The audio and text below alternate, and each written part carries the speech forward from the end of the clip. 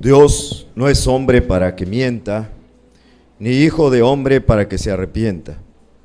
Él dijo y no hará, habló y no lo ejecutará. He aquí, he recibido orden de bendecir, Él dio bendición y no podré revocarla. Dios no es hombre para que mienta, ni hijo de hombre para que se arrepienta. Para que diga, como decimos nosotros, dice mi mamá que siempre no, ¿verdad?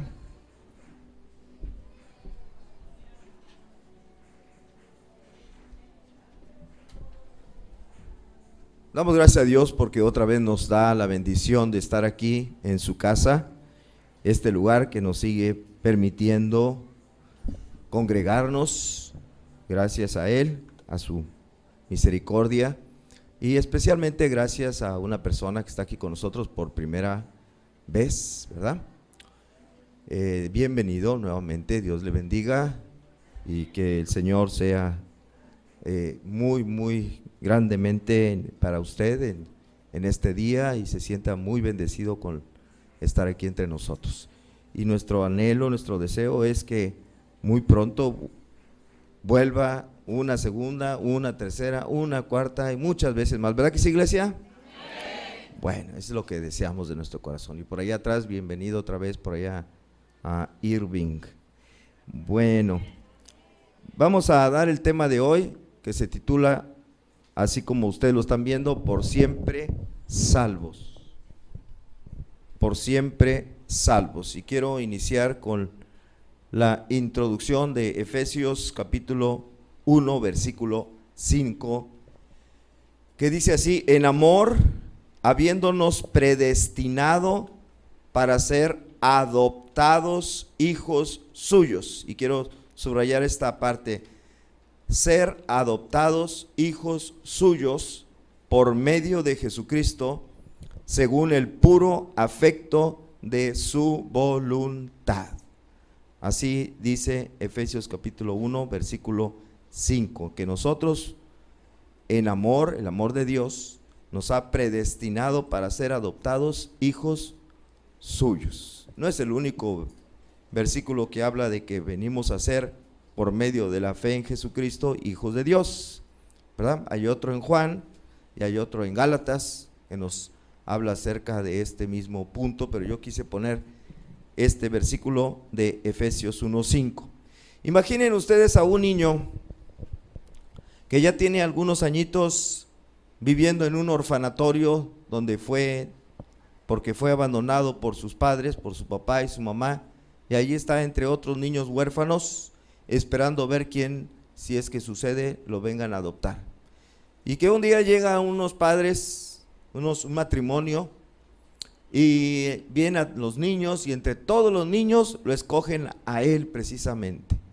Lo escogen a él y entonces lo toman, hacen todo el papeleo para adoptarlo legalmente como hijo suyo.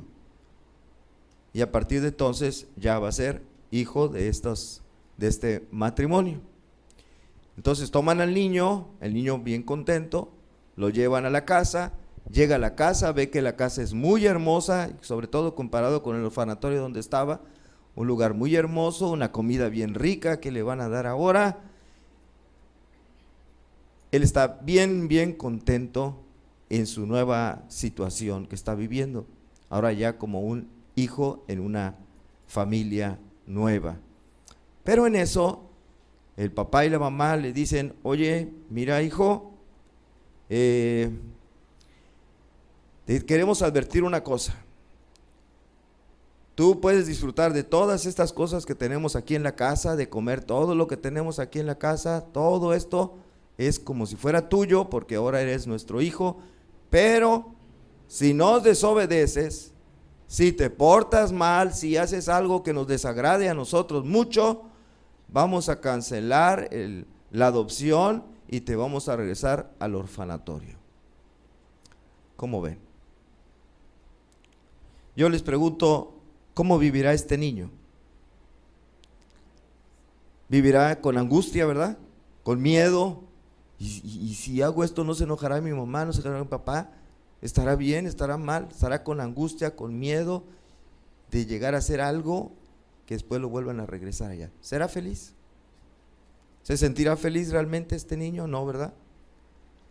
¿Se sentirá realmente amado por sus padres adoptivos?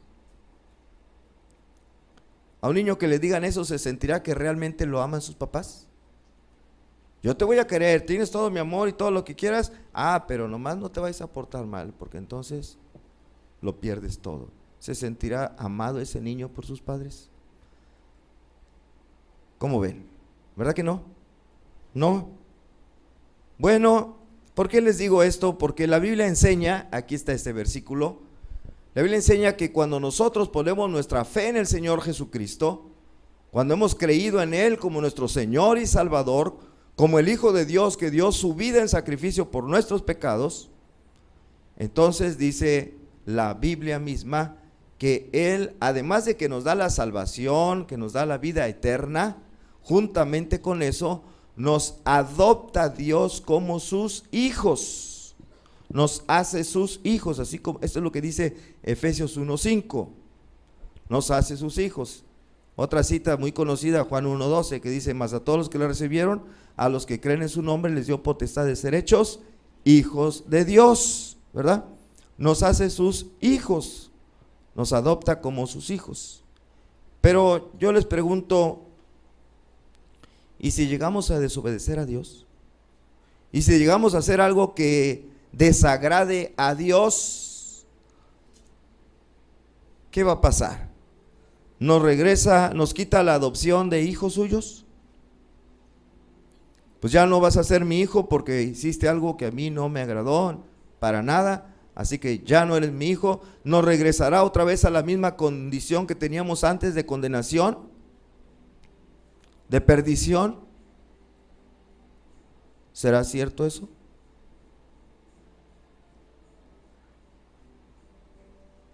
Bueno, por supuesto que no. Una vez salvos, somos salvos, por siempre salvos, y por eso así se tituló el mensaje de hoy, por siempre salvos, así se titula. Dios no es como esos padres imaginarios que hice yo ahorita, adoptivos, que le dicen al hijo: si te portas mal, cancelo la adopción y te regresamos al orfanatorio. Un hijo así no se sentiría amado por sus padres, no se sentiría feliz, no se sentiría seguro, se sentiría muy inseguro, muy angustiado, con mucho miedo de llegar a hacer algo que haga que lo regresen otra vez al orfanatorio. Igual un creyente que no tuviera la seguridad de que Dios lo ha adoptado como su hijo y ya nunca lo va a rechazar de ser su hijo, puede vivir seguro, feliz, tranquilo, pero si tiene la preocupación de que lo puedan volver a regresar a ya no ser hijo de Dios y por lo tanto estar condenado al infierno, pues va a vivir con angustia, con miedo, con temor todo el tiempo y no se va a sentir realmente que Dios lo ama. Bueno, pues es lo que hoy vamos a estudiar, hoy vamos a aprender de las Sagradas Escrituras, de que si somos salvos por siempre salvos. Y vamos a ver algunos argumentos que vienen en la Biblia, hay más, no podríamos ver tantos, pero mencionaremos algunos y también algunos que están en contra, para que quede el estudio completo. ¿Cómo ven? Empecemos primero por la vida eterna. Número 1, la vida eterna. Dice el pasaje más conocido quizá de la Biblia, Juan 3:16, a ver, lo repetimos: porque de tal manera amó Dios al mundo, que ha dado a su Hijo unigénito, para que todo aquel que en Él cree no se pierda, mas tenga vida eterna. ¿Cuántos de ustedes hablan español? ¿Sí? ¿Cuántos de ustedes saben leer el español? ¿Cuántos saben entender el español? Miren, este versículo está muy fácil de entender. Hay algunos pasajes que son a veces difíciles de comprender, pero no tiene ningún problema. Está bien clarito, perfectamente claro, enseñado en este versículo y otros más que hay parecidos, que ¿cómo podemos tener la vida eterna?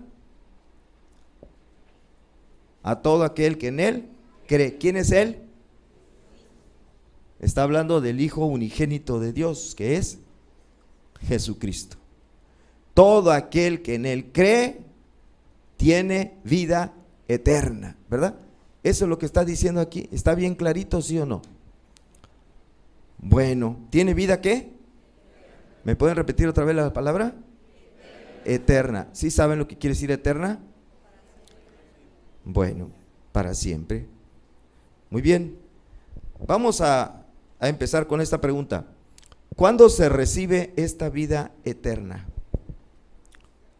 ¿Cuándo se recibe la vida eterna? ¿Cuándo un creyente recibe la vida eterna? Inciso A, al morir. Cuando se muere, entonces entra a vivir la vida eterna. Inciso A. ¿Cuántos votarían por el inciso A? Inciso B, al momento de creer. Al momento de creer recibe la vida eterna. ¿Ustedes qué dicen? Bueno, para contestar esta pregunta y no usar el mismo versículo que ya usé ahorita, vamos a ver otros versículos bíblicos que nos aclaren cuándo se recibe la vida eterna, la vida que va a ser, ¿cómo? Eterna. Ahora, cuando la Biblia habla de vida eterna, ¿a qué se refiere?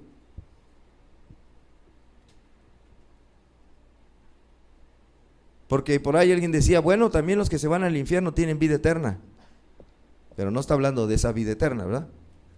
Quiero dejarlo bien clarito. A eso la Biblia no le dice vida, eso no es vida, eso es condenación eterna,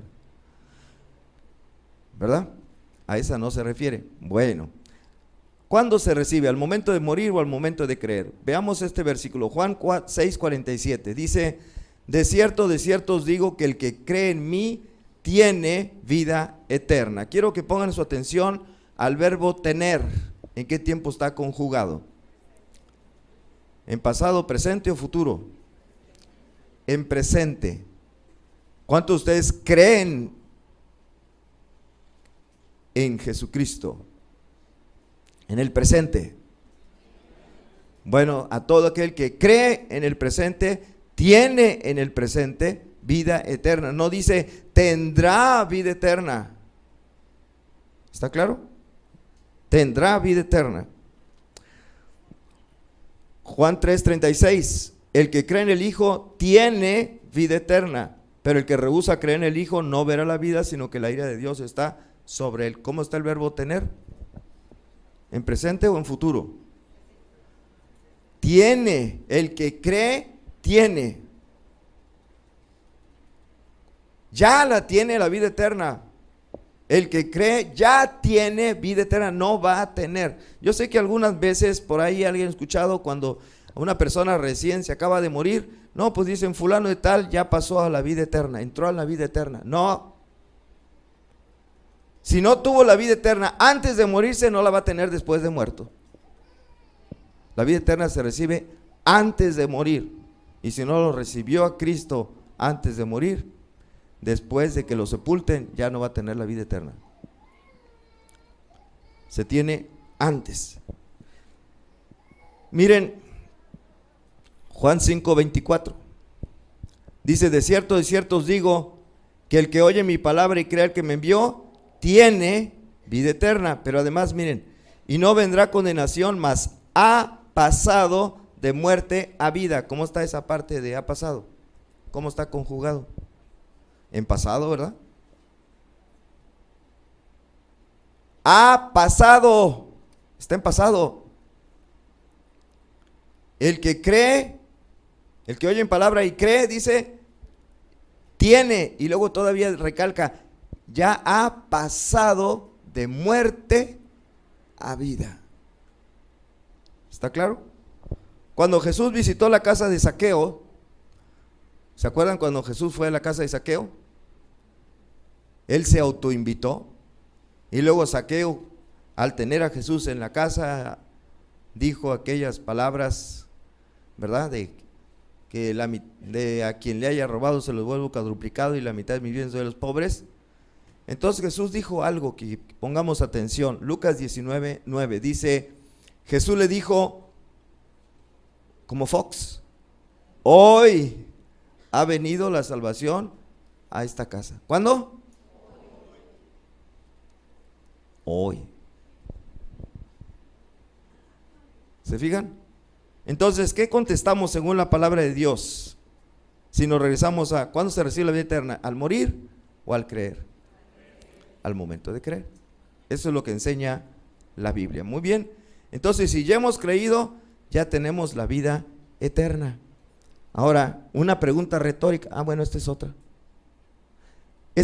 Le dice Jesús a sus discípulos cuando los había enviado a predicar el reino de los cielos se ha acercado, y les había dicho, les había dado autoridad para sanar enfermedades y para echar fuera demonios. Les dice en Lucas 10, no sé qué, 10:20, pero no os regocijéis de que los espíritus se os sujetan, sino regocijaos de que vuestros nombres, vean el verbo, están escritos en el libro de la vida. Sus nombres están, no dice, ¿cómo no dice? No dice estarán o posiblemente estén. Dice están, ya están sus nombres de los discípulos de Jesús en el libro de la vida. ¿Cuál es ese libro de la vida? ¿De qué se trata? ¿Qué es eso? ¿Qué es eso? La Biblia nos narra que Dios tiene, allá en el Apocalipsis, casi al final, nos narra que hay un libro que se llama el libro de la vida, en donde están escritos los nombres de todos los que seremos salvos. Todos los que tenemos ya la salvación, la vida eterna. Entonces dice, sus nombres están, regocíjense de que sus nombres están escritos en el libro de la vida. No dice, van a estar o estarán o posiblemente estén. No dice, sus nombres están, ya están ahí escritos en el libro de la vida. Muy bien. Ahora sí, la pregunta que sigue, ¿cuánto dura una vida eterna? Es una pregunta retórica. O sea, una pregunta que todos deberían saber contestarla por lógica. ¿De qué color es el caballo blanco de Napoleón? ¿O era? Porque ya se murió el caballo. ¿De qué color era el caballo blanco de Napoleón? Blanco, ¿verdad? ¿Cuánto dura la vida eterna? ¿Un mes? ¿Un año?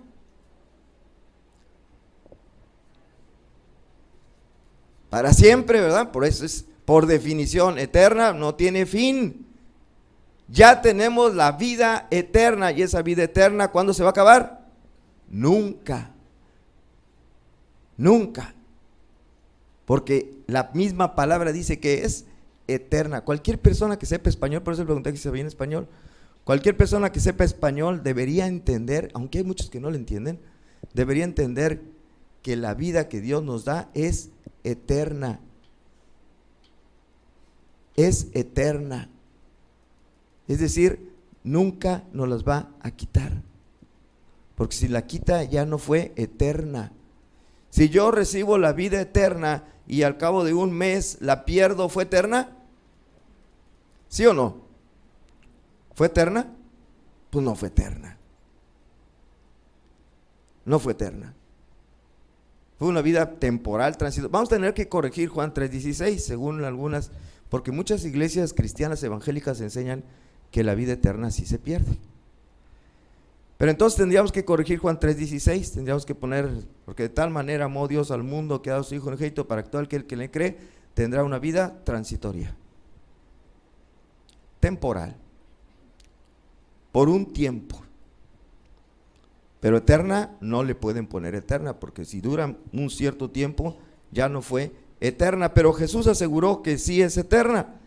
Él dice en Juan 10:28, y yo les doy vida, ¿cómo? Eterna. ¿Y qué más? Y no perecerán jamás. ¿Sí le entiende lo que quiere decir la palabra jamás? ¿Sí? ¿Sí se entiende? ¿Por qué hay tanta gente que no le entiende?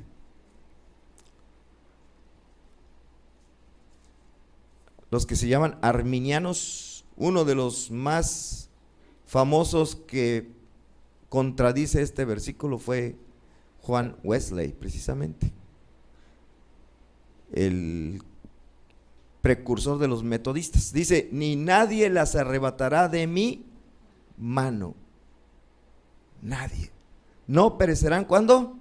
Jamás. Yo les doy vida eterna. Y por si nos quedara duda, dice, y no perecerán jamás. Ya que más claro lo quieren poner. Les hablaré del libro de la vida donde están escritos los nombres de los que son salvos. ¿Ok? Miren, me voy a poner de mal ejemplo yo, pero puedo poner a cualquiera de ustedes. ¿Ustedes se han equivocado alguna vez al hacer algo? ¿Con qué frecuencia? Con mucha frecuencia, ¿verdad? Miren, yo cuando a veces estoy escribiendo notas musicales de alguna alabanza, me pongo una hoja de pautada con pentagramas y al lado el teclado, mi esposa ahí me ve, ¿verdad? En la oficina, y estoy oyendo y esta suena y ya le escribo, ¿no? Pues una negra, una blanca, una corchea, negra con puntillo, y ya ahí estoy sacando, y eso lo hago con lápiz, y ya después de que termino, ya que está todo, lo paso ahora sí en otra hoja, pero lo hago con tinta. Les voy a preguntar, ¿por qué lo hago con lápiz la primera vez? Porque casi siempre me equivoco. Alguna cosa, no, esta no era sol, era la, y le borro y le pongo. No, esta no era negrita, esta era corchea con puntillo, y le voy cambiando. Hasta que ya queda bien, entonces ahora sí lo paso en limpio con tinta. Yo les pregunto a aquellos que creen que la salvación se pierde, ¿será que el Señor, nuestro Dios, escribió el libro de la vida, nuestros nombres con lápiz? Los escribió a lápiz. Por si se equivoca y no vaya a ser que alguno siempre no y lo borra. ¿Cómo ven? Lo escribió con lápiz. ¿Dios se equivoca? ¿Se equivocará Dios? No, ¿verdad? Entonces, ¿cómo nos habrá escrito los nombres? Con tinta, con marcador de ese que no se borra, ¿verdad? Están escritos nuestros nombres en el libro de la vida con una tinta, no con lápiz. Dios no se equivoca. Al que pone en el libro es porque sabe que va a ser salvo, punto. No pone uno y ay, me equivoqué, miren, ya se perdió, bueno, lo borro. Dios no es tan tonto como nosotros. Él es omnisciente. Él ya sabe quiénes son salvos, quiénes serán salvos. Y ya pone nuestros nombres en el libro de la vida y no los va a borrar nunca. Bueno, vida eterna. Número 2, la soberana predestinación de Dios. Un problema que a veces tienen las personas creyentes, habló de creyentes, es con la soberanía de Dios. ¿Qué es eso de la soberanía de Dios? Es que Él hace lo que se le pega la gana, en pocas palabras. Dios hace lo que quiere y nadie le puede contradecir o nadie se puede oponer a la voluntad de Dios. Nadie puede hacer lo que ya Dios dijo que iba a hacer. Por eso quise leer al principio, Dios no es hombre para que mienta, ni hijo de hombre para que se arrepienta. Él dijo, ¿y no lo hará? Pues claro que sí. Él es soberano. Él hace lo que quiere, cuando quiere, como quiere, a la hora que quiere, si quiere y si no quiere, no. Eso quiere decir que Él es soberano. Y hay una soberanía en la predestinación de la salvación de nosotros. Pero antes quiero que leamos Isaías 46, versículos 9 y 10. Aquí Dios está a través del profeta Isaías diciendo su soberanía. Dice, acordaos de las cosas pasadas, desde los tiempos antiguos, porque yo soy Dios y no hay otro Dios, y nada hay semejante a mí, que anuncio lo porvenir desde el principio, y desde la antigüedad lo que aún no era hecho, que digo, mi consejo permanecerá, y haré todo lo que quiero. No hay otro como yo soy Dios. Hubo algunos que dijeron que Alemania iba a ganar el campeonato mundial de fútbol. No ganó. Otros decían que España iba a ganar el campeonato. No ganó. Y eso que estamos hablando de unos cuantos días o semanas. Dios dice, desde la antigüedad yo anuncio lo que va a pasar y sucede porque yo dije que iba a suceder, porque yo quiero, punto. Él dijo que iba a enviar a su hijo unigénito al Mesías, ¿no? Lo prometió desde Génesis, allá capítulo 3. Y desde entonces lo dijo, ¿y qué pasó? ¿Vino o no vino? ¿Y saben qué? Dijo que va a regresar. Y va a regresar, porque Él hace todo lo que quiere. Él le dijo a Abraham, sal de tu tierra y yo te voy a dar una tierra a ti, donde va a estar tu descendencia. ¿Quién habita esa tierra el día de hoy? Que será como 4000 años después de Abraham. ¿Quién habita esa tierra el día de hoy? La descendencia de Abraham. ¿Por qué? Porque Dios lo dijo. Y lo que Dios dice, se cumple. Nadie puede oponerse a la voluntad de Dios. Y no va a cambiar de opinión. Dice, yo soy hijo de hombre para que se arrepienta.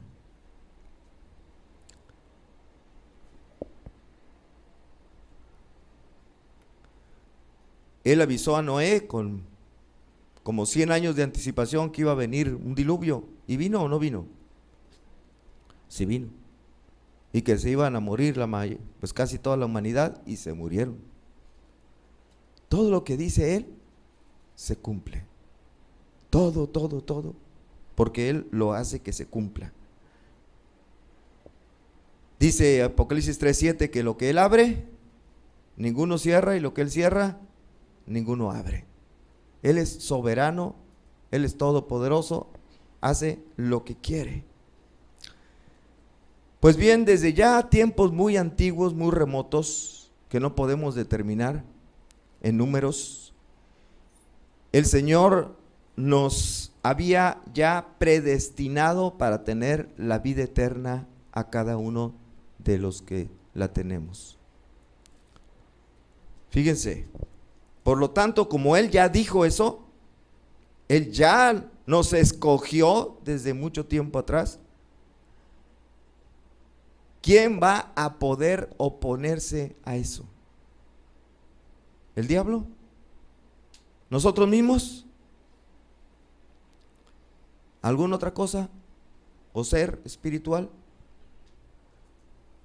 Efesios 1, versículos 4 y 5 dice, según nos escogió en Él, ¿desde cuándo? Antes de la fundación del mundo. Él ya no nos conocía antes de que existiéramos nosotros. Y luego dice, para que fuésemos santos y sin mancha delante de Él, en amor. Este es el versículo que leímos hace rato, Efesios 1:5, habiéndonos predestinado para ser adoptados hijos suyos por medio de Jesucristo, según el puro afecto de su voluntad. ¿Desde cuándo nos predestinó para ser adoptados hijos suyos? Desde antes de la fundación del mundo.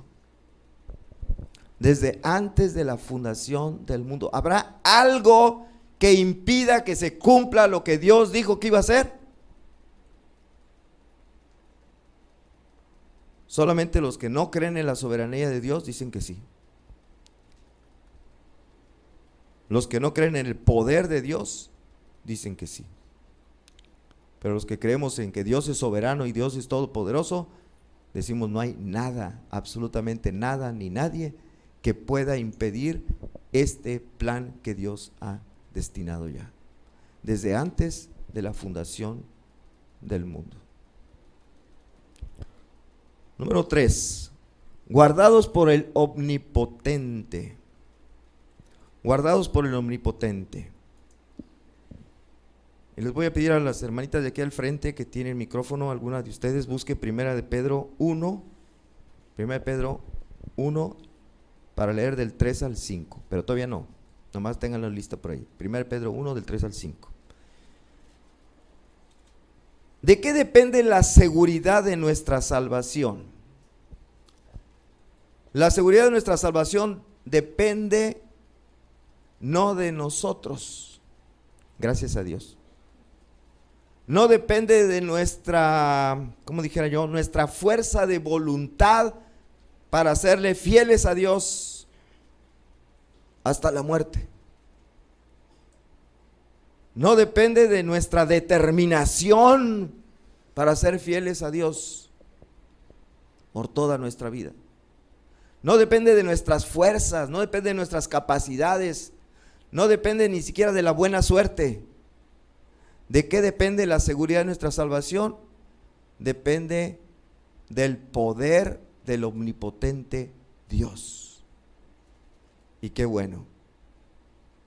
Y qué bueno, porque si dependiera de nosotros el obtener la vida eterna, ¿saben qué? Ninguno de nosotros obtendría la vida eterna, ninguno. Ninguno lo obtendría, ni ninguno se mantendría para poderla tener hasta el final de su vida. Nadie podría ser salvo si dependiera de nosotros. Pero gracias a Dios no depende de nosotros, depende de Dios, de la gracia de Dios. Por eso dice, por gracia sois salvos.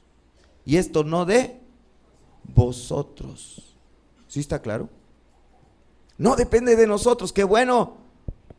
Si fuera por nosotros, olvídense, nadie sería salvo. Dice Romanos 8, 30 y quién sabe qué, 35, 38 y 39. Dice, ¿quién nos separará del amor de Cristo? Tribulación o angustia, o persecución, o hambre, o desnudez, o peligro, o espada. Luego el 38 dice, por lo cual estoy seguro de que ni la muerte, ni la vida, ni ángeles, ni principados, ni potestades, ni lo presente, ni lo porvenir, o sea futuro, ni lo alto, ni lo profundo, ni ninguna otra cosa creada nos podrá separar del amor de Cristo Jesús, Señor nuestro. No hay nada. Porque nuestra seguridad no depende de nosotros. Repito, miren Juan 10, versículo 27 al 29 dice, mis ovejas oyen mi voz y yo las conozco y me siguen y yo les doy vida eterna y no perecerán jamás, ni nadie las arrebatará de mi mano. Mi Padre que me las dio es mayor que todos y nadie las puede arrebatar de la mano de mi Padre. ¿De qué depende que estemos seguros? ¿En las manos de quién estamos? De Dios. ¿Cómo es Dios? Todopoderoso. A ver, Samuel, hagamos una suposición, que en tu mano tú pusieras una canica, por ejemplo, una canica, y luego le decimos a Carolina que te la quite de la mano por la fuerza. ¿Cómo ves? ¿Te la quitará? Nunca, ¿verdad? ¿Por qué? Tú eres más fuerte que Carolina, ¿verdad? Tu hija. Fácil, tú le vas a hacer así, a ver, ábreme la mano, nunca va a poder. Pues tú no eres Dios. Imagínense Dios. Estamos en las manos de Dios. ¿Quién nos va a poder arrebatar de las manos de Dios? Entonces, ¿de qué depende nuestra seguridad de la salvación? Del poder de Dios. Estamos guardados por el poder de Dios, no de nuestro propio poder. No de que yo puedo, me puedo mantener firme, me puedo mantener fiel, yo puedo y voy a ser salvo. No, gracias a Dios que no. Repito, nadie sería salvo si así fuera. Pero dependemos del poder de Dios. Dice, nadie las arrebatará. Pero es que a veces hay gente, no sé, miren, para ingresar a una escuela ahorita en estos días, secundarias, preparatorias, profesional y todavía más arriba, se hace un examen. Y en ese examen hay una parte donde viene comprensión de la lectura, ¿verdad? Se pone una narración y luego después de esa narración se vienen algunas preguntas para ver si la persona entiende lo que lee, ¿verdad? Y sobre eso seleccionan a las personas, porque quieren personas que van a estudiar pero que sepan, que a la hora de leer un libro entiendan lo que está diciendo el libro, no entiendan otra cosa. Yo no sé por qué hay algunos que no entienden esto. Ahí dice, yo les doy vida eterna. ¿Y cuándo recibimos la vida eterna? Al creer. Ok, ya tengo la vida eterna. Y luego, ¿qué dice? Y no perecerán jamás. Nadie las arrebatará de mi mano. Mi Padre que me las dio es mayor que todos y nadie las puede arrebatar de la mano de mi Padre. Y no le entienden. Y dicen, no, la vida eterna se puede perder. ¿Cómo? ¿Cómo? Yo creo que estas personas reprobarían un examen de lectura de comprensión o comprensión de la lectura. Lo reprobarían. No le entienden, pero está bien. Si usted le entiende a usted, ¿está clarito? O yo estoy, a lo mejor yo soy el que entiendo mal. ¿Sí está clarito? ¿No perecerán cuándo? Jamás. La vida es ¿qué? Eterna. Cualquiera que sepa el significado de eterna, ya con eso tendríamos. Ahora sí, por favor, alguien con micrófono y que le pongan sonido a los micrófonos de aquí. 1 Pedro 1, del 3 al 5, ¿qué dice? ¿Ya? ¿Ya? ¿Alguien? ¿Quién sea? ¿Ya? Dice, una esperanza viva. Bendito el Dios y Padre de nuestro Señor Jesucristo, que según su grande misericordia nos hizo renacer para una esperanza viva por la resurrección de Jesucristo de los muertos, para una herencia incorruptible, incontaminada e inmarcesible, reservada en los cielos para vosotros, que sois guardados por el poder de Dios mediante la fe, para alcanzar la salvación que está preparada para ser manifestada en el tiempo posterior. Ok, vuelve a leer donde dice que sois guardados. Que sois guardados por el poder de Dios. Otra vez. ¿Otra vez? One more time. Que sois guardados por el poder de Dios. Ok, que sois guardados ¿por qué? ¿Por el poder de quién? De Dios. ¿El nuestro? No, el de Dios. ¿Es Dios omnipotente? ¿Tendrá poder Dios para guardarnos y que no nos vayamos a perder? ¿O no tiene poder? Suficiente poder. ¿Le falta poder a Dios para hacer eso? Que sois guardados, a ver, vuelve, sigue leyendo donde te quedaste. Que sois guardados por el poder de Dios, ¿qué más? ¿Para qué? ¿Mediante qué? Mediante la fe para alcanzar la salvación. Ah, ya. Mediante la fe para alcanzar la salvación. Somos guardados por el poder de Dios mediante la fe para alcanzar la salvación. ¿Quién nos está guardando? El poder de Dios. Ya. Cuarta, estamos en Cristo, dice. Estamos en Cristo. Segunda de Corintios 5, 17 dice, de modo que si alguno está en Cristo, nueva criatura es, las cosas viejas pasaron y aquí todas son hechas nuevas.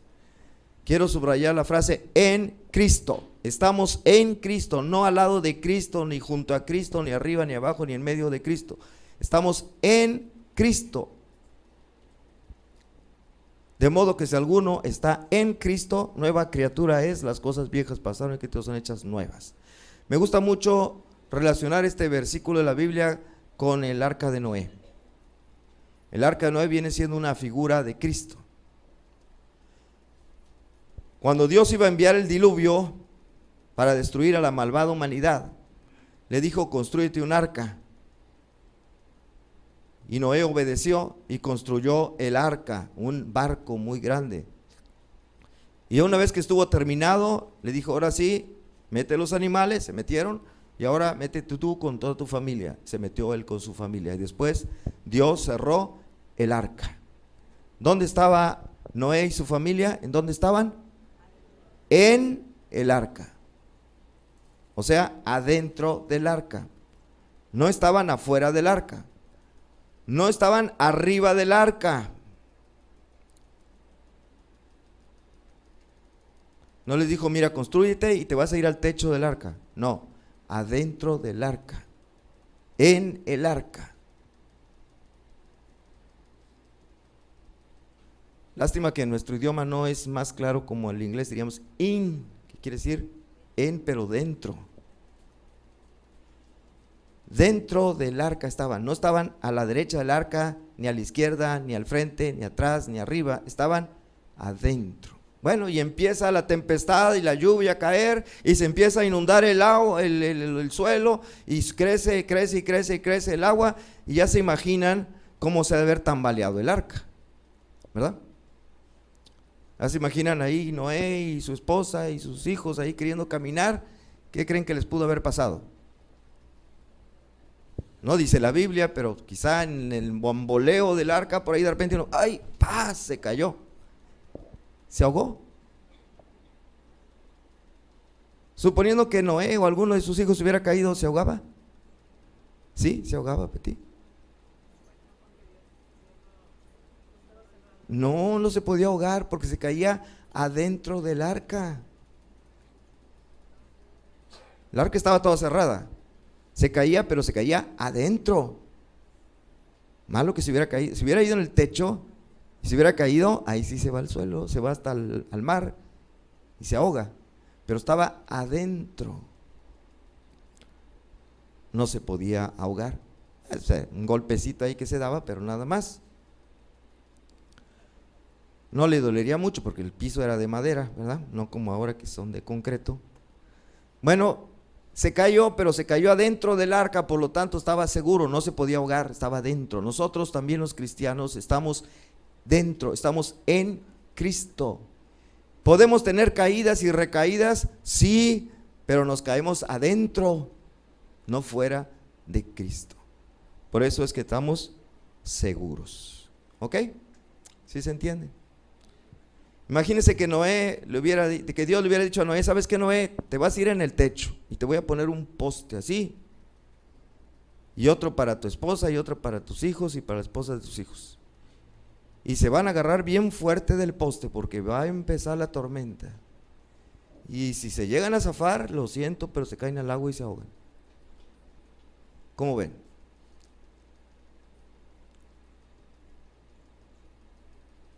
Y empieza la tormenta y ellos agarrados del poste, arriba en el techo, están en el techo, están afuera, por arriba. Y empieza a moverse todo y con el agua se les moja el poste, se les pone resbaloso y en una de esas uno de esos se zafa y pasa al agua y se muere. Eso es lo que piensan los que creen que la salvación se pierde. No estamos en Cristo, estamos afuera de Cristo. Hay que corregir este texto también, 2 Corintios 5:17. De modo que si alguno está cerca de Cristo, no en Cristo, adentro de Cristo. Bueno, así le dejamos. Ahora vamos a ver rápidamente pasajes en contra. Tenemos que reconocer que hay algunos versículos de la Biblia que pudieran entenderse como que la salvación sí se pierde, la vida eterna se puede perder. Y por eso este estudio no estaría completo si no analizamos algunos de estos. Por ejemplo, ¿qué hay con Demas? Con Demas, ¿cuál Demas? No es Demas, es Demas, una persona. 2 Timoteo 4, versículos 9 y 10 dice, Pablo escribe a Timoteo y le dice, procura venir pronto a verme porque Demas me ha desamparado amando a este mundo y se ha ido a Tesalónica. Demas fue una persona que perteneció a la iglesia cristiana en tiempos de Pablo, acompañó a Pablo seguramente, pero en un momento dado se apartó, se regresó al mundo donde estaba antes. Bye. Y algunos dicen, ya ven, Demas perdió su salvación. Primero les quiero decir una cosa, bien, que les quede bien clarito. Sí hay versículos de la Biblia, y ya leímos algunos, que nos dicen cómo podemos tener la vida eterna, ¿sí o no? Donde está bien clarito, la vida eterna se obtiene por fe. ¿En quién? En Jesucristo. Pero no hay ningún versículo de la Biblia, no hay ningún versículo de la Biblia que diga así claramente, literalmente, que diga, haciendo esto perderás la salvación o perderás la vida eterna. ¿Alguien conoce un versículo que diga así? Sí viene cómo obtenemos la vida eterna, pero que diga cómo la perdemos, que diga así claro, no que yo interpreto que dice, no. Aquí yo puedo interpretar que dice que Demas perdió la salvación, pero es una interpretación, no lo dice o sí lo dice. Ahí dice que Demas perdió la salvación.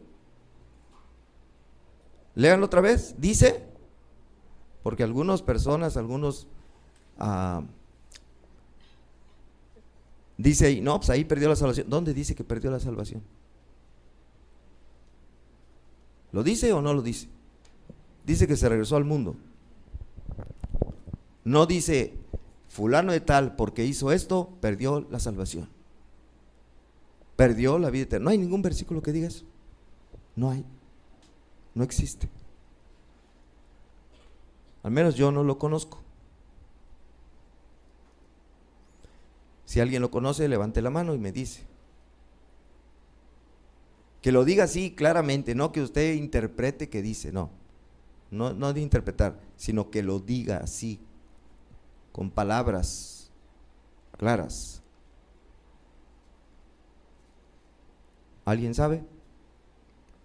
¿No? Bueno, entonces estamos igual, yo tampoco lo conozco.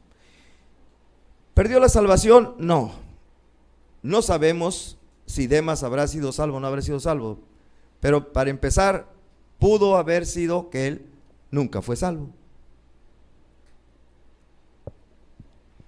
sino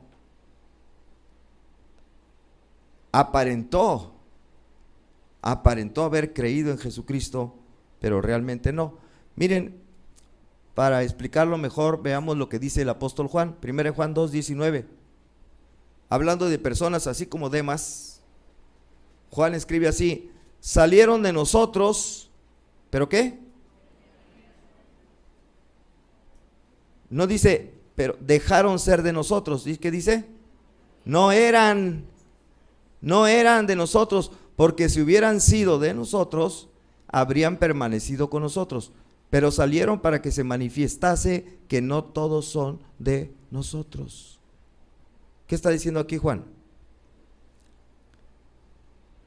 Que entre los miembros de la iglesia, está diciendo Juan, hay algunos que no son de nosotros, no son salvos, no son verdaderos creyentes. Y salieron porque no eran. ¿Y ustedes creen que nada más eso sucedía en la iglesia donde estaba Juan? Yo creo que aquí en Jerusalén hay algunos que no son de nosotros. Y tarde o temprano se van a ir al mundo, se van a regresar para vivir igual o peor que antes. Y ustedes lo van a ver. De hecho, ya hay algunos que se han ido y no a otra iglesia, sino a ninguna iglesia, a estar viviendo en el mundo normalmente. Salieron de nosotros porque no eran de los de nosotros, no eran cristianos. Probablemente eso era el caso de Demas. Se fue porque no era, no porque perdió, dejó de ser. No dice se fueron porque dejaron de ser como nosotros o de nosotros. No, dice no eran. ¿Sí se entiende? Y eso sucedió para que se manifieste que no todos son, tiempo presente, no todos. Aquí en este momento en la iglesia hay algunos que no son verdaderamente cristianos. Aunque ya levantaron la mano, aceptaron a Cristo, ya se bautizaron y no son salvos, no son de nosotros. Y un día de estos se va a notar, pues se van a ir. Algo no les va a gustar, alguna cosa, lo que sea. Ya no me gustó lo que dijo el hermano, no me gustó que sabe qué. Se va. No, que esto, por el no sé qué motivo, se van. Y no se van a buscar otra congregación o lo que sea, no. Se van para volverse a perder en el mundo, como estaban. Porque no eran de nosotros. Eso dice Juan. Otro caso que se puede aplicar lo mismo, que hay con 2 de Pedro 2, 20 al 22. Este está bueno.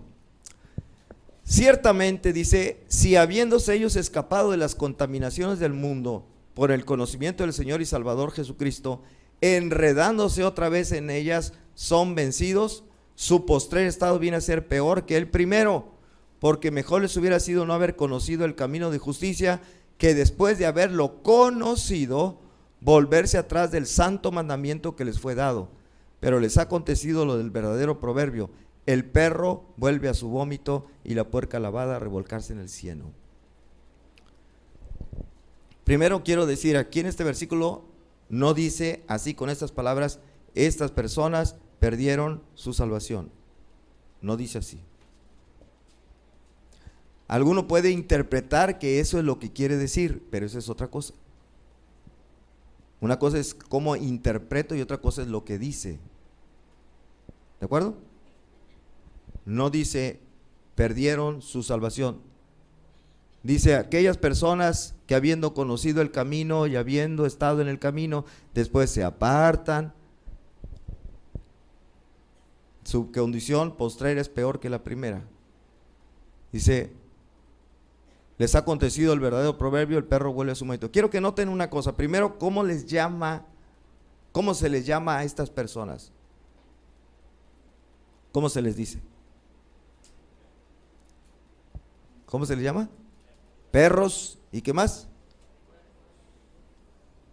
Puercos o puercas, ¿verdad? Quiere decir que son personas que no han tenido la nueva naturaleza, no han nacido de nuevo, siguen conservando su antigua naturaleza de perros y de puercos. Y a fin de cuentas, tarde o temprano se manifiesta lo que son. Son puercos, son perros que comen su vómito o que se encharcan en el lodo muy a gusto. Porque eso eran y eso siguieron siendo. Nunca dejaron de ser. Nunca fueron realmente salvos. Miren, se los voy a poner de esta manera. Imagínense que agarramos a un puerquito todo cochino. Agarran ustedes al puerquito. ¿Alguien tiene puercos en su casa o en su rancho o en su hacienda o lo que sea? ¿No? Bueno, pero sí los conocen, ¿verdad? Sí los conocen los puerquitos. Imagínense que agarramos un puerquito, está todo sucio, lo agarramos, lo ponemos aquí en la mesita y con una manguera y con una pistola así para que salga un poco de presión, le damos una buena bañada al puerco. Se le cae toda la mugre, queda bien limpiecito. Luego le ponemos la secadora de pelo, bien sequecito el puerco. Y luego, pero antes de secarlo primero, ya que le quitamos toda la mugre, lo lavamos así con champú, ¿no? Mejor. Le limpiamos bien con champú, su pelo, todo el pelo. Y todo por arriba, por abajo, por todas partes. El puerquito, luego ahora sí le ponemos la secadora para que seque el pelito y luego al final hasta le ponemos perfumito. ¿Cómo ven? Jockey Club o Guerlain o lo que ustedes quieran. Cualquiera que vea al puerquito dice, este es cristiano. Mira, está limpio, huele a limpio.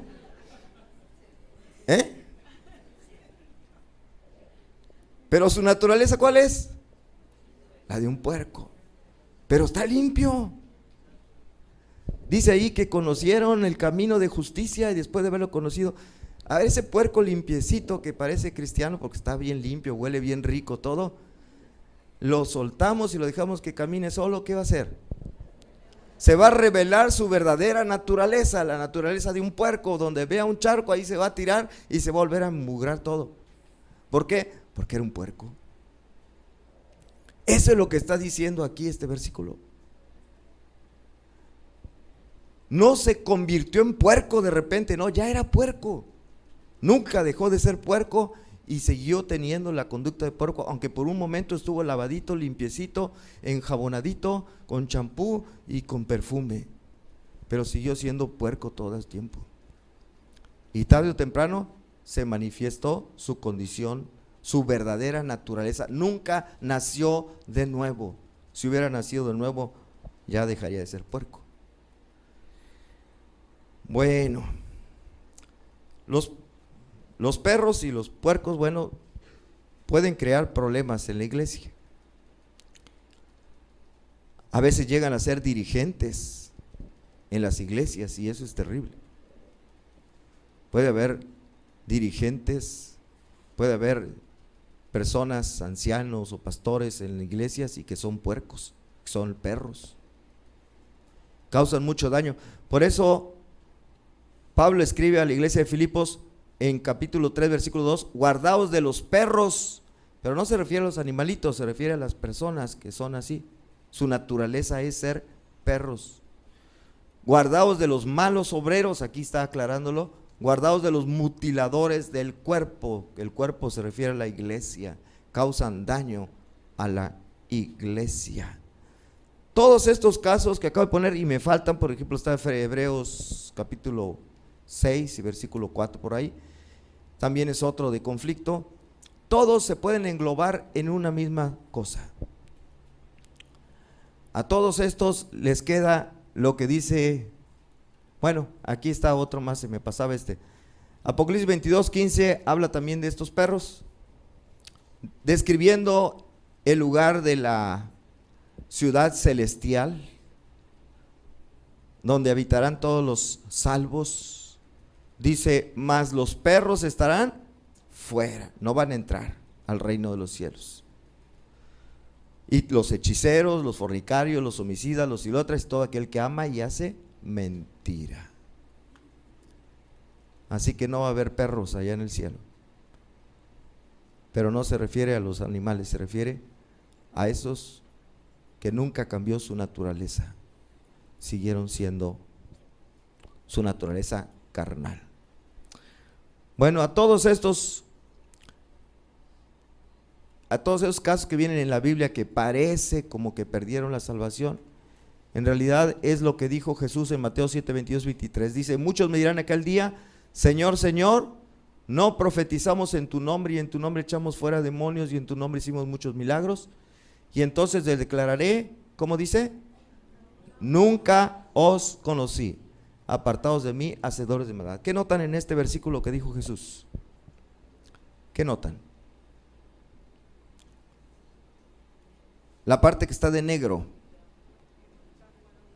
Nunca fueron hijos de Dios, nunca fueron salvos, nunca tuvieron la vida eterna. Dice, nunca os conocí. No dice, ya no los conozco, o a ustedes los dejo de conocer, o los he dejado de conocer. Dice, nunca os conocí, nunca fueron salvos, nunca tuvieron la vida eterna, nunca.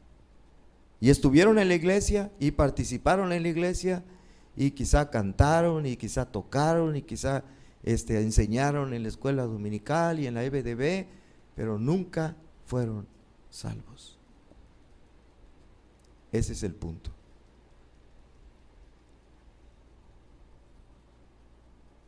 ¿Cómo vamos a reconocerlos? Jesús mismo aquí dijo, por sus frutos los conoceréis. Por sus frutos los conoceréis. Bueno, vamos a terminar con la conclusión, que dice, ¿habrá algo mejor que ser salvo? Sí, ser salvo y saber que es uno salvo. Ese fue el tema del mensaje pasado, ¿verdad? Saber que estas cosas fueron escritas para que a vosotros que creéis en el nombre del Hijo de Dios, para que sepáis que tenéis la vida eterna. Entonces, ser salvo y saber que uno es salvo. ¿Habrá algo mejor que ser salvo y saberlo? Sí, ser salvo y saber que se es salvo y saber que nunca jamás se puede perder la salvación. Saber que nunca se puede perder. Entonces, saber que uno es salvo, ser salvo, saber que uno es salvo y saber que nunca jamás dejará de ser salvo. Una vez salvo, por siempre salvo. Termino con este versículo de Hebreos 7, versículos 22 y 25. Dice, por tanto, Jesús es hecho fiador de un mejor pacto. Ahí Hebreos hace referencia al pacto anterior, pero dice, pero Jesús fue hecho fiador de un mejor pacto. Y luego dice, me brinco lo que sigue para irme al 25, dice, por lo cual puede también salvar, ¿cómo? Perpetuamente.